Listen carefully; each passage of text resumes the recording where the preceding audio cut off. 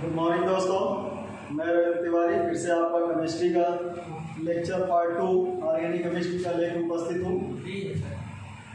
Organic chemistry में हम लोगों ने जहाँ तक पढ़ा था पिछली वीडियो में, उसके आगे हम कंटिन्यू करेंगे।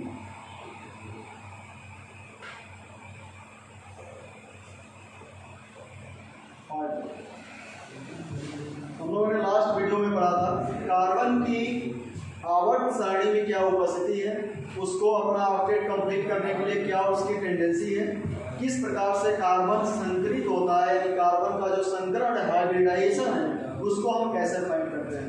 तो दोस्तों, हमने आपको एक छोटा सा ट्रिक बताया था सिर्फ और सिर्फ कार्बन के लिए। वह ट्रिक सभी जितने भी आपके एटम्स होते हैं सबके लिए अप्लीकेबल नहीं है, तो आप उसका समझ लीजिएगा। आप सिर्फ कार्बन की सोचिएगा। दोस्तों, आज हम आगे स्टार्ट करते हैं। क्योंकि हमारा चैप्टर है हेलो एल्केन, तो हमने कार्बन के बाद अब हेलोजन के बारे में थोड़ी सी इंफॉर्मेशन लेनी है, जो आप जब पहले भी पढ़ चुके हैं, लेकिन यहाँ पे थोड़ा सा हमने एक बार आपको टच करना है कि आपका जो नॉलेज है, जो आपने स्टडी किया हुआ है, वो कहाँ तक आपका परफेक्ट है। देखिए, हेलोजेंस जो होते हैं ये ग्रुप 17 में रखे गए हैं। ग्रुप 17 जितने भी हेलोजन हैं आपके पूरी केमिस्ट्री में सब ग्रुप 17 के तत्व हैं। क्यों? क्योंकि ये आउटर सेल में बाहरी कक्षा में 7 इलेक्ट्रॉन होते हैं। 7 इलेक्ट्रॉन होते हैं। तो जिन तत्वों के बाहरी कक्षा में 7 इलेक्ट्रॉन होते हैं, उन्हीं सभी तत्वों को ग्रुप 17 में रखा गया है। और एक ग्रुप 17 के जो तत्व हैं वो क्रमशः इस प्रकार हैं: chlorine, bromine, iodine and astatine. आप देखेंगे ये जो एस्टाटीन है यह तत्व रेडियो एक्टिव होता है। ये क्या होता है? रेडियो एक्टिव होता है। और जब रेडियो एक्टिव है तो इसका मतलब यह हुआ कि किसी दूसरे तत्व के साथ ये रिएक्शन करके, ये बॉन्डिंग करके यौगिक का निर्माण नहीं करता है। इसलिए आपने अब तक जो भी पढ़ा होगा कंपाउंड, जो भी यौगिक पढ़ा होगा, आपने क्लोरीन का पढ़ा होगा, क्लोरीन का पढ़ा होगा, ब्रोमीन का पढ़ा होगा, आयोडीन का पढ़ा होगा, बट एस्टाटीन का नहीं पढ़ा होगा। इसका पूरा नाम होता है एस्टाटीन। यह रेडियो एक्टिव तत्व है, इसीलिए ये किसी भी तरह की बॉन्डिंग में, किसी भी तरह यौगिक के फॉर्मेशन में, निर्माण में ये भाग नहीं लेता है। तो ये चीज़ क्लियर हो गई। अब आप देखोगे यहाँ पे इसके बाहरी कक्षा में 7 इलेक्ट्रॉन हैं। तो दोस्तों, ये अपना 8 पूरा करने के लिए क्या करेगा? इसके पास 2 रास्ते हैं। 2 रास्ते कौन से हैं? या तो एक इलेक्ट्रॉन किसी से ले ले, या फिर अपना 7 इलेक्ट्रॉन क्या कर दे? छोड़ दे। तो 7 इलेक्ट्रॉन ये छोड़ेगा नहीं, इसलिए एक इलेक्ट्रॉन अपने पास लेने की टेंडेंसी, लेने की जो प्रवृत्ति होती है वो प्रबल होती है, अधिक होती है। इसीलिए यह वैद्युत ऋणात्मक होते हैं, इलेक्ट्रोनिगेटिव होते हैं। इलेक्ट्रोनिगेटिव एलिमेंट्स होते हैं ये, इलेक्ट्रोनिगेटिव एलिमेंट्स। वैद्युत ऋणात्मक तत्व होते हैं ये,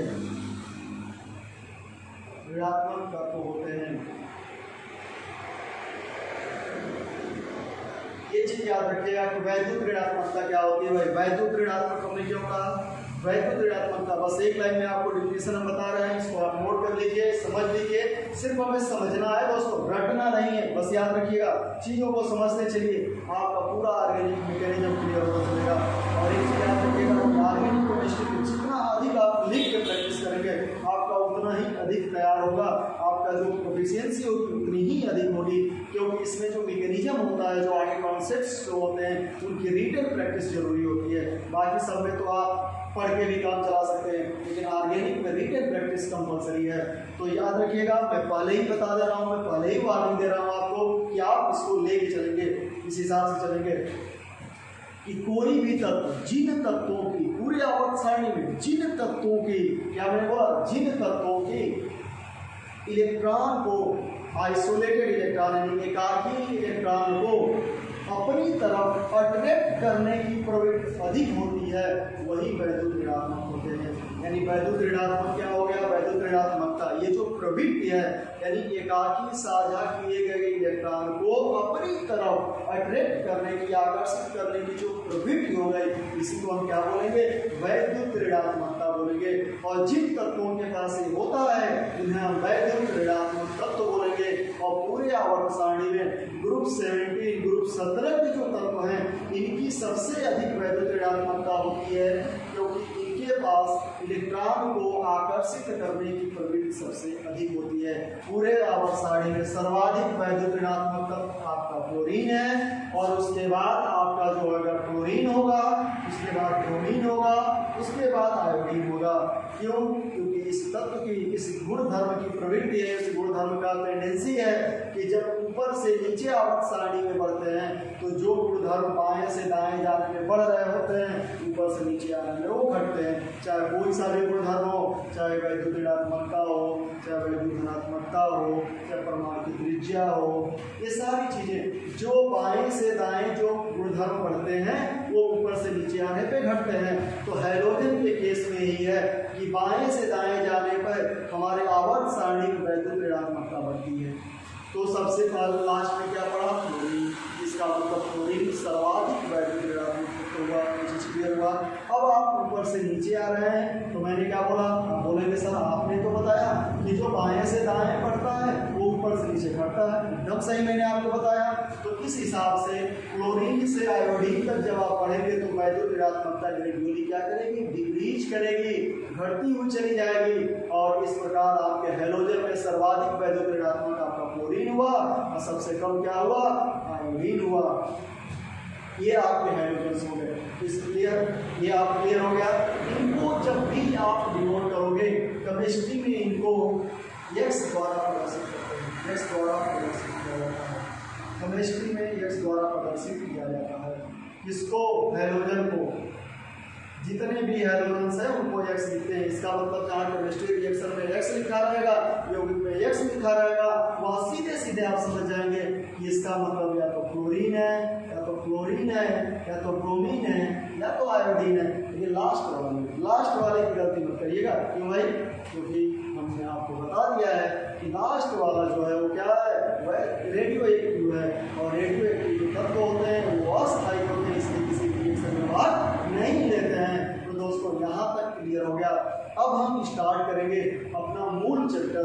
अपने मूल चैप्टर पे आइए। ये तो रहा चैप्टर को समझने के लिए जो जरूरी बातें थी, जो हमें जानना चाहिए था, वो हमने आपको बताया। इसको आप नोट कर लें, आप हमारे साथ नोट करते चलें। ऑर्गेनिक केमिस्ट्री को मैंने पहले बताया और अभी बता रहा हूँ, रिटेन प्रैक्टिस कंपलसरी है। रिटेन प्रैक्टिस के बिना ऑर्गेनिक केमिस्ट्री में प्रोफिशिएंसी नहीं आ सकती है। इसके मैकेनिज्म, इसके कॉन्सेप्ट्स जब लिखेंगे तभी आप सीखेंगे, बिना लिखे आप सीख नहीं सकते हैं। तो ये चीज़ क्लियर हो गया, आपने नोट कर लिया। ओके, फिर मैं आगे बढ़ता हूँ। ये जो हैलोजेंस हैं, ये हैलोजन क्या करेंगे भाई, हमारे चैप्टर में हमने क्या नाम दिया था, haloalkane. Haloalkane, haloalkane मतलब हैलोजन धन एल्केन, हैलो एल्केन। इसका मतलब होता है दोस्तों हैलोजन प्लस एल्केन। एल्केन यानी एल्केन के साथ हैलोजन परमाणु का जुड़ना। एल्केन के साथ हाइड्रोजन परमाणु का जुड़ना। तो हमें पता है ये क्या होता है, एल्केन क्या होता है भाई, ये पूरी तरह से संतृप्त हाइड्रोकार्बन होता है। यह संतृप्त हाइड्रोकार्बन होता है, हाइड्रोकार्बन होता है, हाइड्रोकार्बन होता है। तो जितने भी संतृप्त हाइड्रोकार्बन होते हैं उनमें दूसरा परमाणु तभी जुड़ सकता है जब उसमें से कोई एक परमाणु को हटा लिया जाए। तो हम किसको हटा सकते हैं भाई, एल्केन है तो इसमें कौन कौन से परमाणु है, कार्बन और हाइड्रोजन। इसमें क्या है भाई, कार्बन और हाइड्रोजन, नाम ही है हाइड्रोकार्बन। हाइड्रो मतलब हाइड्रोजन, कार्बन मतलब कार्बन। तो यहाँ से कार्बन तो हम हटा नहीं सकते, कार्बन इसलिए नहीं हटा सकते क्योंकि हमको एल्केन का पूरा मेंटेन करना है। जैसे ब्यूटेन है, ब्यूटेन का मतलब हमने पिछली कक्षाओं में पढ़ा हुआ है 11th क्लास में। ब्यूटेन का मतलब क्या होता है भाई, 4 कार्बन। तो जब उसमें से कार्बन हटा देंगे तो कितने कार्बन बच जाएंगे, 3, यानी वो ब्यूटेन से क्या हो जाएगा, प्रोपेन हो जाएगा। इसलिए आप कार्बन को नहीं हटाएंगे। तो यहाँ से हटाएंगे किसको, किसको हटाएंगे भाई? हाइड्रोजन को रिप्लेस करेंगे आप, हाइड्रोजन को रिप्लेस करेंगे, हाइड्रोजन को हटाकर या प्रतिस्थापित कर सकते हैं आप, प्रतिस्थापित इसके द्वारा करेंगे भाई, हैलोजन के द्वारा करेंगे।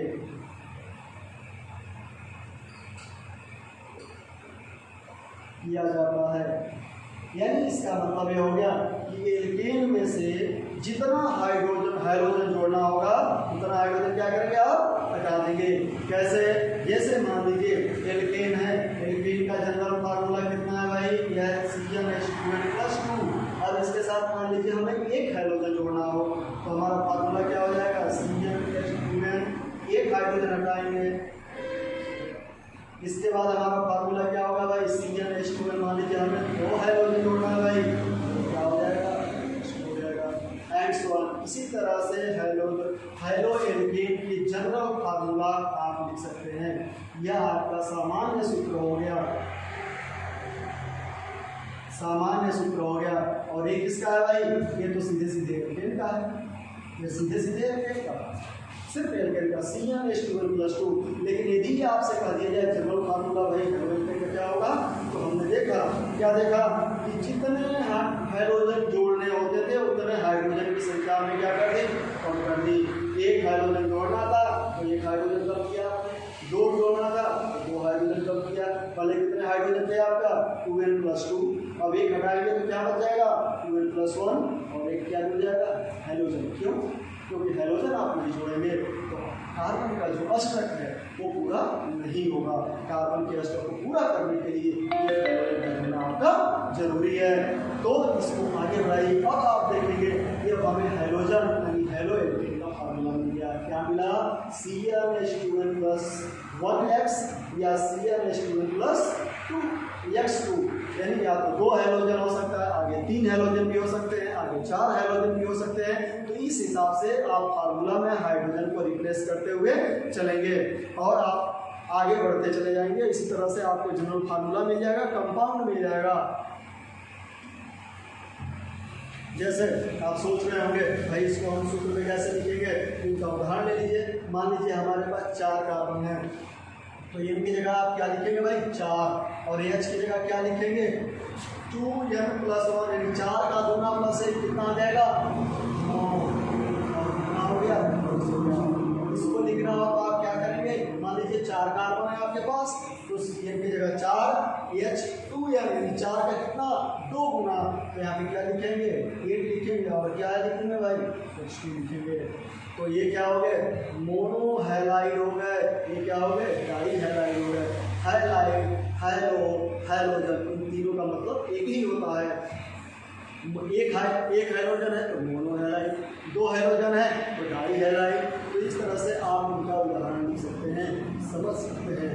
अब हम इन्हीं के आधार पर जो हाइड्रोजन की उपस्थिति है, जो कार्बन की उपस्थिति है, जो हेलो एल्केन में कार्बन है, इस कार्बन की उपस्थिति के आधार पर, इस कार्बन के हाइब्रिडाइजेशन के आधार पर हम हेलो एल्केन का क्लासिफिकेशन करेंगे। तो दोस्तों आइए हम आगे बढ़ते हैं, इसको नोट करते चलिएगा, ध्यान दीजिएगा। Read and practice is compulsory for organic chemistry.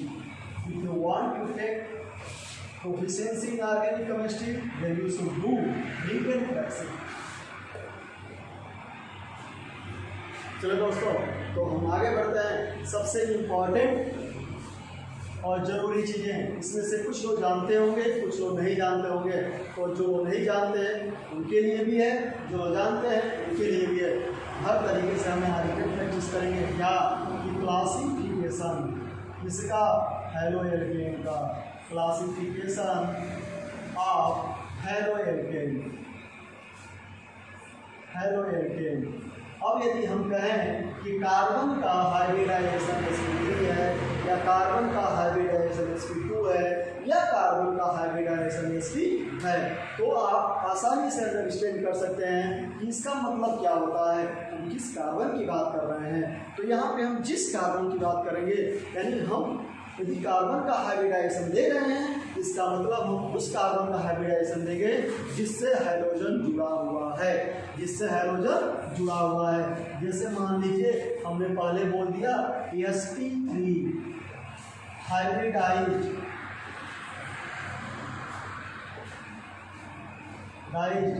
Carbon परमाणु।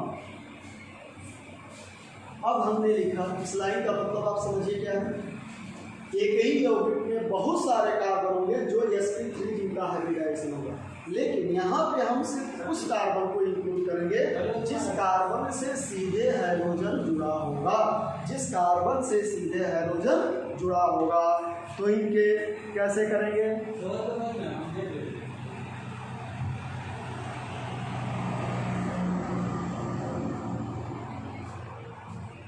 अब आप देखिए दोस्तों, sp3 हाइब्रिडाइजेशन का मतलब हाइड्रोजन युक्त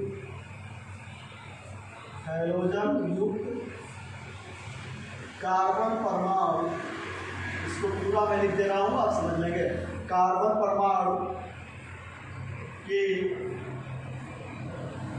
चारों बंध, भाई कार्बन परमाणु के 4 बंध बनाने की प्रवृत्ति है ना, तो sp3 कब होगा, sp3 कब होगा, आप रिकॉल करिए, पहली वीडियो में आपको बताया गया है कि sp3 तभी होगा कार्बन जब उसके चारों बंध क्या हो जाए, सिग्मा बंध। हाँ जी, तो चारों बंध क्या होने चाहिए, सिग्मा बंध होने चाहिए, वो सिग्मा बंध होने चाहिए, सिग्मा बंध होने चाहिए। लेकिन याद रखिएगा 4 सिग्मा बंध मतलब sp3 हाइब्रिडाइजेशन, 4 सिग्मा बंध मतलब sp3 हाइब्रिडाइजेशन। अब इसमें अब इस तरह से कंपाउंड, मतलब ऐसे कंपाउंड जहाँ पे हाइड्रोजन युक्त कार्बन sp3 हाइब्रिडाइज होगा, उसको हम कैसे करेंगे, उसको हम क्या क्या नाम दे सकते हैं, कैसे कैसे हम उसको रिप्रेजेंट कर सकते हैं, ये सारी चीज़ें हम देखेंगे। तो सबसे पहला है दोस्तों, अब sp3 हाइब्रिडाइज कार्बन परमाणु का मतलब आपने समझ लिया। चलिए सबसे पहला हम इसमें देखेंगे पॉइंट ए में हम क्या क्या लिख सकते हैं, प्राइमरी हाइड्रोजन। क्या लिखेंगे भाई, प्राइमरी हाइड्रोजन, प्राइमरी यानी 1 डिग्री हैलाइड, प्राइमरी हैलाइड यानी 1 डिग्री हैलाइड। प्राइमरी हैलाइड का मतलब क्या हुआ, 1 डिग्री। 1 डिग्री का मतलब क्या हुआ, डिग्री हमने बताया हुआ है दोस्तों, डिग्री हमने क्या बताया हुआ है कि जिस कार्बन से हाइड्रोजन जुड़ा हुआ है उसकी डिग्री क्या होनी चाहिए, 1 होनी चाहिए। यानी उस कार्बन, जिस कार्बन से हाइड्रोजन युक्त कार्बन की डिग्री 1 होनी चाहिए, हाइड्रोजन युक्त कार्बन की डिग्री क्या होनी चाहिए, 1 होनी चाहिए। इसका मतलब समझ में आ गया, 1 डिग्री कार्बन का मतलब समझ में आया कि हाइड्रोजन युक्त कार्बन की डिग्री कितनी होनी चाहिए, 1 होनी चाहिए। अब डिग्री 1 कैसे होगी, ये चीज़ हम पहले डिस्कस कर चुके हैं, पहले वीडियो में हम आपको बता चुके हैं, समझा चुके हैं कि 1 डिग्री तभी होगी कि जब उससे एक एल्काइल ग्रुप या एक अलग कार्बन जुड़ा होगा। जैसे आप मान लीजिए लिखे CH3 CH2 CH2, जैसा देखिए इस कार्बन से एक X जुड़ा हुआ है, तो इस कार्बन से X जुड़ा हुआ है, हाइड्रोजन जुड़ा हुआ है, तो इस कार्बन से कितने जुड़े हुए हैं कार्बन भाई, एक ही तो डायरेक्ट जुड़ा हुआ है, तो इसका मतलब इसकी डिग्री क्या हो गई, 1 डिग्री हो गई। यानी इसको आप क्या बोलेंगे, प्राइमरी हैलाइड या प्राइमरी हैलोएल्केन बोलेंगे।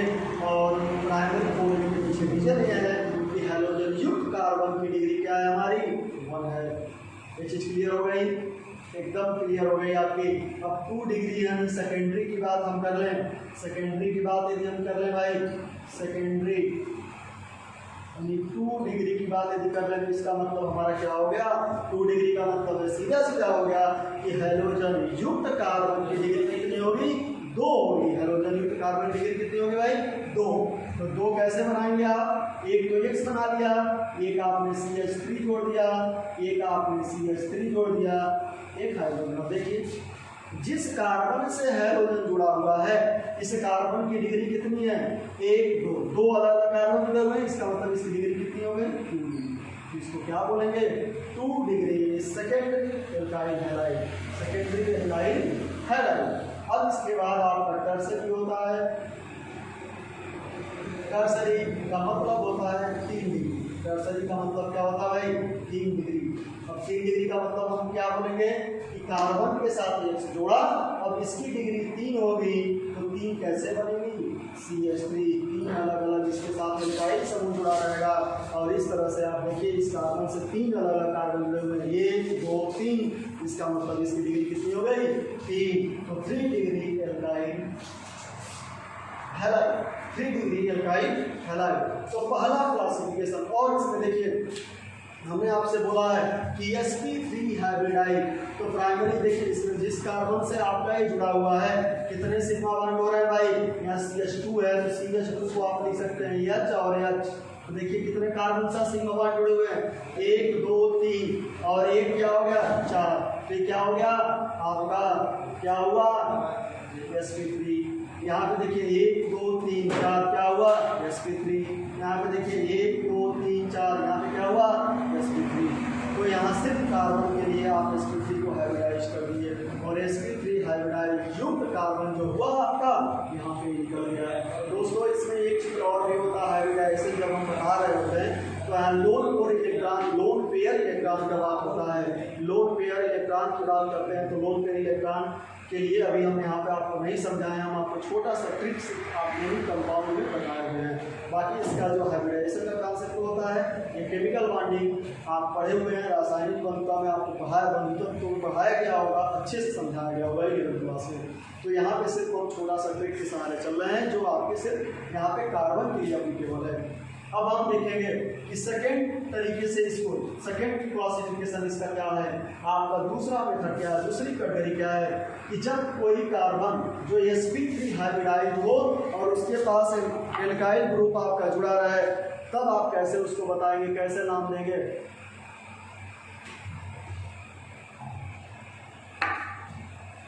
देखिए अगला जो B है sp3 हाइब्रिडाइड कार्बन एटम, यानी जिस कार्बन से हाइड्रोजन जुड़ा हुआ है उसके चारों बंद क्या हो भाई sp3 सिग्मा बंद हो। तो आप कैसे करेंगे, एक होता है allylic, allylic allylic allylic halide. ध्यान दीजिएगा इसमें बहुत माइनर डिफरेंस होता है। एलाइलिक कार्बन क्या होता है, यानी जिस कार्बन से हाइड्रोजन जुड़ा होगा उस कार्बन को क्या होना चाहिए एलाइलिक होना चाहिए। एलाइलिक का मतलब क्या होता है कि कार्बन डबल बंद कार्बन, ये आपका कार्बन, ये डबल बंद कार्बन, इससे आगे वाला carbon next to double bond, next to double bond वाला जो कार्बन होगा ये आपने लिखा, ये यहाँ पे हाइड्रोजन हो गया, ये आपका CH2 हो गया। तो ये जो कार्बन होगा देखिए कार्बन डबल बॉन्ड के आगे वाला कार्बन, डबल बॉन्ड से आगे वाला कार्बन जो होता है इसी कार्बन को हम एलाइलिक कार्बन बोलते हैं।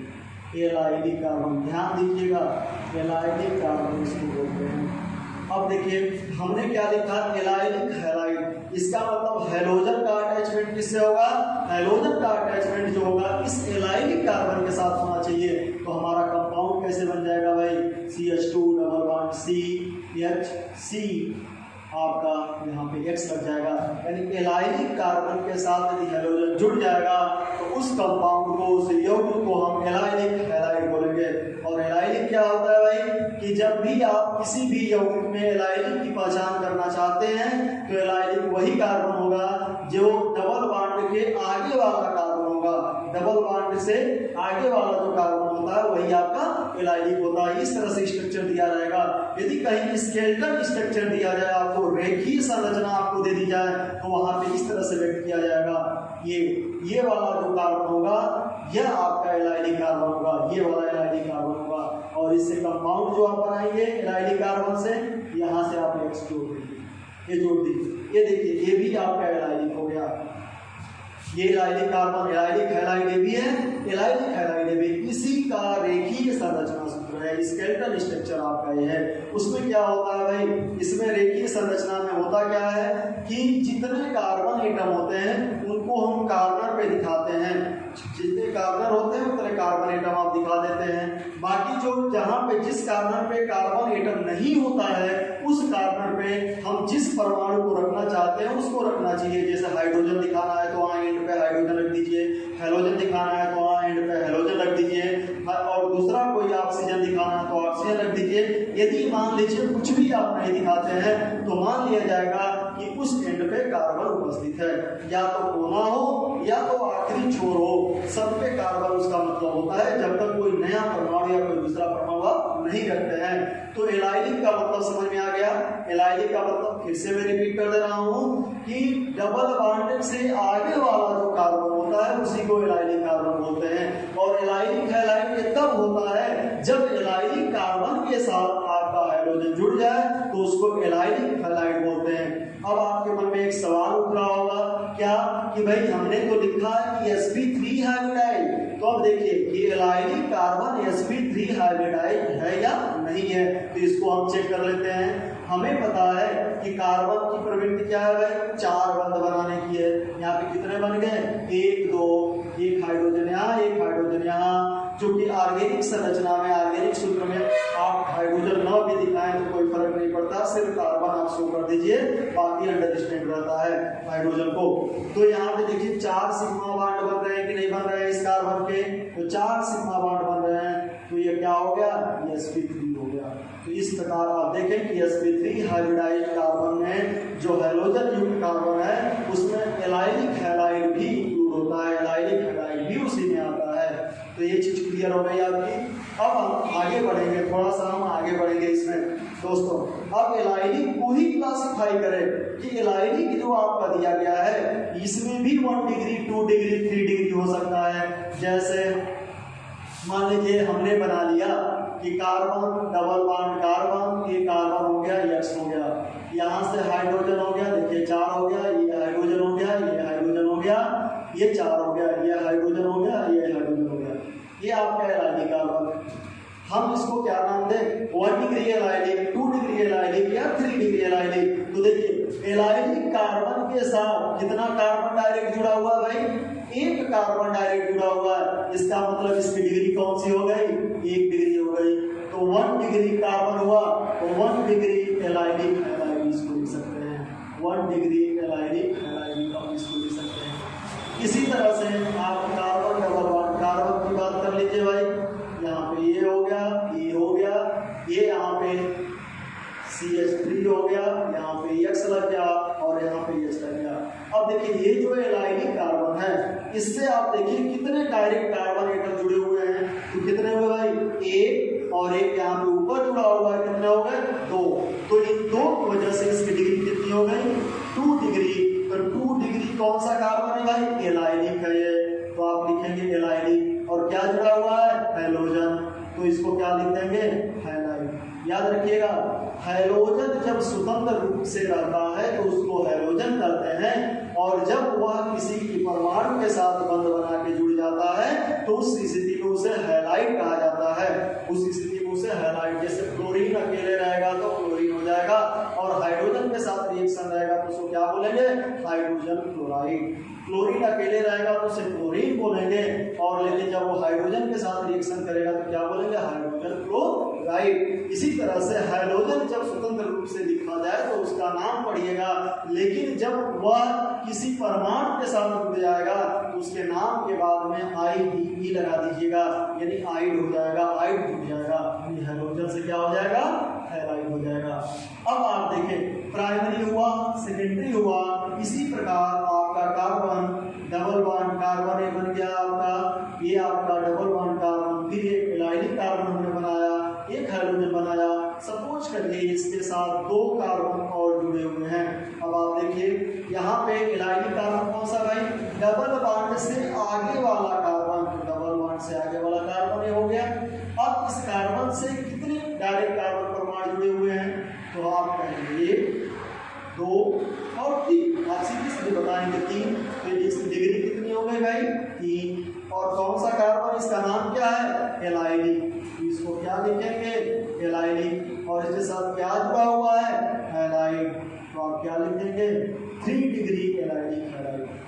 बच्चों समझ में आया कि sp3 hybridised carbon, sp3 hybridised carbon परमाणु हैलोजन जिससे जुड़ा हुआ रहता है उसमें आपका एलाइलिक हैलाइड आता है। एलाइलिक हैलाइड किसे कहते हैं, जब कार्बन डबल बॉन्ड कार्बन से आगे वाले कार्बन से हैलोजन जुड़ जाए तो उसे एलाइलिक कार्बन या एलाइलिक हैलाइड बोलते हैं। और वह एलाइलिक हैलाइड की 3 कैटेगरी होती है, 3 क्लास कौन सी होती है, प्राइमरी, सेकेंडरी और टर्सरी। ये तो नॉर्मल में भी आप पढ़े हैं, लेकिन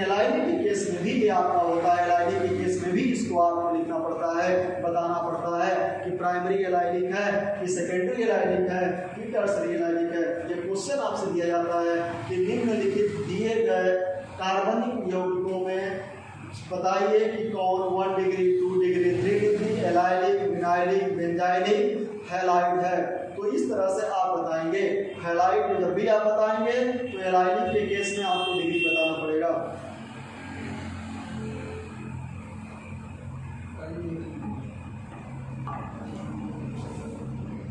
ठीक है दोस्तों, अब इसके बाद इसी कैटेगरी को आगे लेके चलते हैं। sp3 अभी खत्म नहीं हुआ, sp3 को हम आगे बढ़ाते हैं। इसको आप नोट करते चलिए एग्जाम्पल सहित।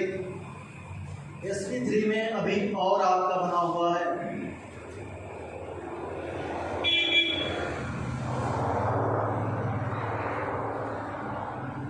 ठीक है दोस्तों, sp3 हाइब्रिडाइजेशन युक्त जो हैलाइड है इसकी एक कैटेगरी और होती है सी में क्या है आप लिखेंगे benzylic halide, benzylic halide, benzylic halide. Benzylic halide में आप क्या करेंगे भाई, बेंजिलिक हैलाइड देखिए दोस्तों, बेंजिलिक किससे बना हुआ है, बेंजीन से जुड़ा हुआ है। इसका मतलब इसमें बेंजीन रिंग कहीं पे आ रहा होगा, और वो बेंजीन रिंग क्या है आपको पता ही है क्या होता है। ये जो संरचना होती है, इस टाइप की जो संरचना आपने पढ़ी है, इसे हम क्या बोलते हैं, बेंजीन रिंग बोलते हैं, बेंजीन रिंग बोलते हैं। और इसमें जनरल फार्मूला क्या होता है, कितने कार्बन है आप देख लीजिए, 1 2 3 4 5 6 कार्बन 6 हो गए, और हाइड्रोजन भी 6 ही होते हैं। तो इसकी जनरल संरचना जो होती है वो आपकी 6 होती है, C6H6।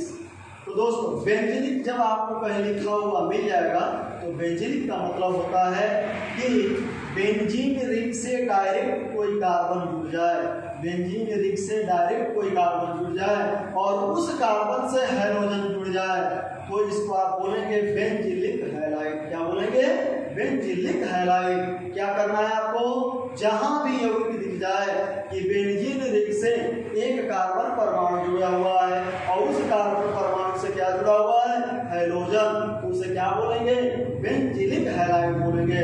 तो बेंजिलिक हैलाइड का ये जनरल सूत्र हो गया। अब इसमें भी आप देखिए भाई, यहाँ जो कार्बन है उसकी टेट्रा वैलेंसी तो कंप्लीट होनी चाहिए। आप देख रहे हैं कि 2 ही यहाँ पे दिख रहे हैं बस, उसके पास 4 होने चाहिए, तो 4 के साथ यहाँ पे 1 H, यहाँ पे 1 H जुड़ गया। अब देखिए यहाँ पर भी एक पॉसिबिलिटी आ गई, यहाँ पे कौन सी पॉसिबिलिटी आ गई, तो आप देखेंगे इसके साथ भी प्राइमरी सेकेंडरी टर्सरी हो गया, इसके साथ भी प्राइमरी सेकेंडरी टर्सरी हो गया। वो कैसे होगा, कब होगा, कैसे हम क्लासिफाई करेंगे, इस चीज के लिए हम आपको नेक्स्ट वीडियो में बताएंगे। तब तक के लिए आपको धन्यवाद। आप रिवाइज करते रहें और जो भी डाउट हो उसको कमेंट बॉक्स में बताएं।